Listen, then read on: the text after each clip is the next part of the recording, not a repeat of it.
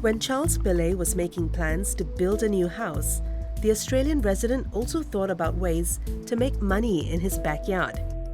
He decided to add a granny flat for rental income.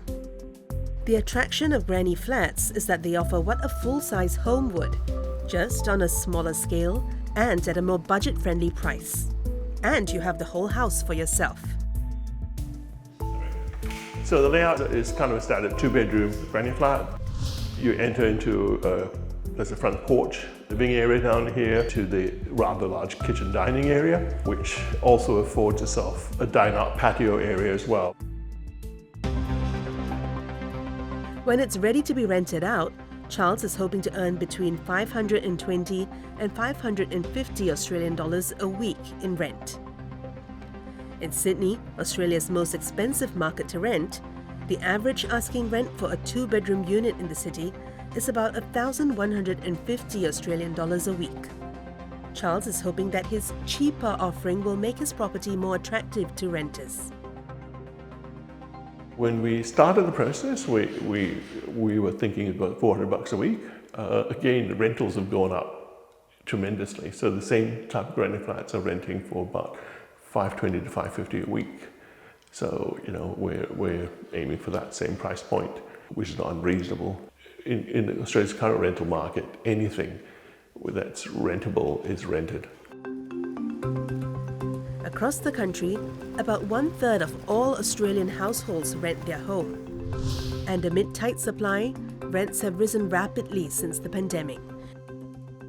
And then in 2022, we reopened borders to international arrivals as a part of our peeling back social distancing restrictions and COVID restrictions. So you've got an already tight rental market. You add to that a really strong catch-up in overseas migration, and most temporary migrant arrivals to Australia are renters when they first get here. So that had a really strong impact on our rental market. And that was happening at the same time that interest rates were rising. So that pulled some investors out of the market and stemmed new rental supply. In Australia, granny flats are usually around 60 square meters in size, about a quarter the size of a tennis court. That's also about a quarter the average floor size of newly built houses in Australia, at about 242 square meters. Recent legislative changes have also made it simpler for homeowners to build and rent out granny flats to non-family members. We've seen a huge increase in popularity for granny flats recently. Probably the biggest factor for that is the cost of buying property in Australia. So rather than going to the expense of buying a property and then building, most people have backyards already, so the land is already available, and therefore they can go build a granny flat.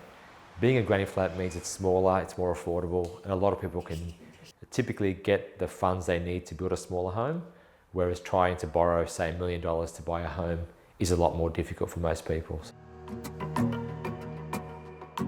Both the main house and the granny flat share the same land title, so it cannot be sold separately unless the property title is subdivided to allow the sale. In Australia, planning approval is also needed to build a granny flat.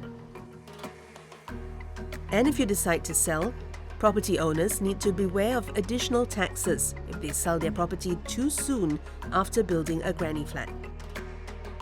Some of the taxes that investors, the main one is actually goods and services tax.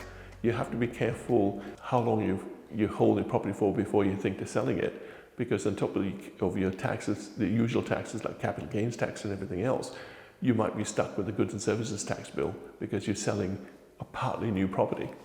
So we have a 5-year rule. After 5 years, there's no liability for goods and services tax when you sell a property. It's considered old.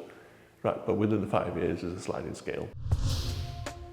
All in, Charles spent about 155,000 Australian dollars to build his granny flat.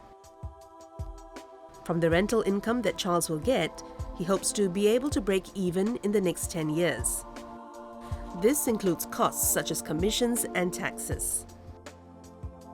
So on a $150,000 loan, assuming a 6.5% interest rate and a net rental after all expenses of $500 a week, it'll take 376 weeks to pay off the loan. That's about just slightly over 7 years. Something like this, I get them to think about a 10-year time frame for payback because there are usually other costs involved.